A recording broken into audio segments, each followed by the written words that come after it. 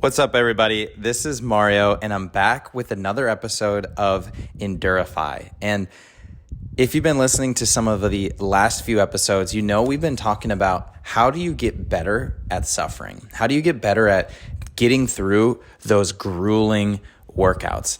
And so far, I've shared a couple of examples. One is segmentation, and then the other one is just simply counting.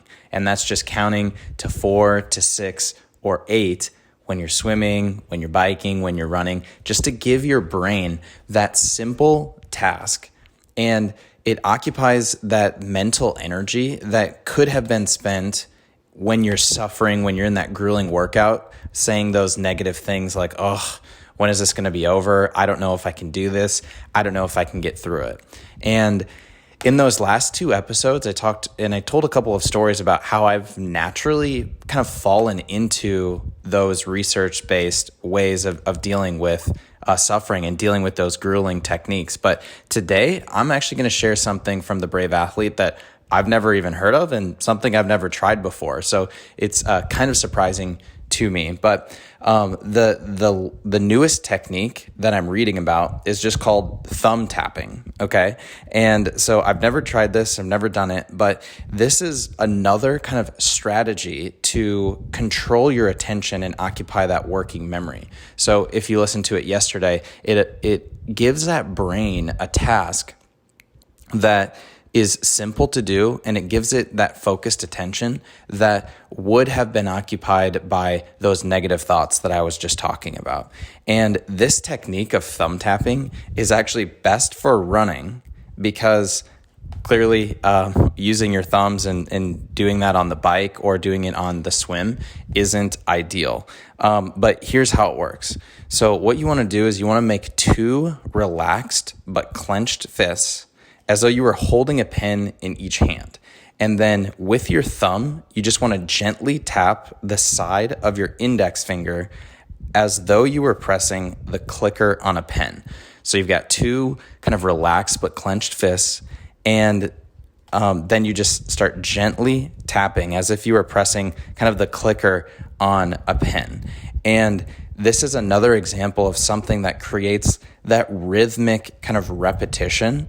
And that kind of serves as a cue when you're running for your legs or your arms to keep moving.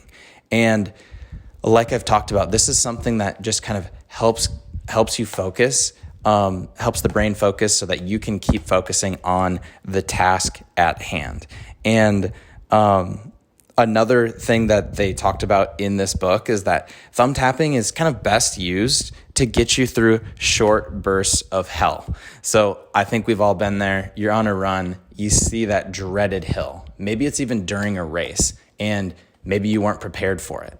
Or maybe, you're a little bit more exhausted, a little bit more tired than you normally are on that regular hill. And you know that it's going to be tough to get up that hill. This would be a great scenario or in a great time to try the thumb tapping to get you through that hill, that last mile of a race, or just moments when it's really hurting. So I know that was short, I know it was brief, but that is kind of what I have for you today. And that's a new technique that I've never heard of. And it's something that I'll probably try out in my next run, the next long run or the next grueling run or the next time that I go up that hill. So that's what I have for you today. And this kind of wraps up kind of the section on suffering. And where we're going next with the next chapter in the book is all about concentration. So if you're somebody that says, I just keep screwing up, either in work, in races, maybe you put together a good stretch of training workouts, and then when it comes to the race, you just can't seem to focus and you can't seem to kind of be on your A game. I'm going to read through this chapter and I'm going to try and share some relevant strategies of things that you can control, things that you can focus on, and other kind of tips and tricks from this book. So that's what I have for you today, and I hope that you all have an amazing day.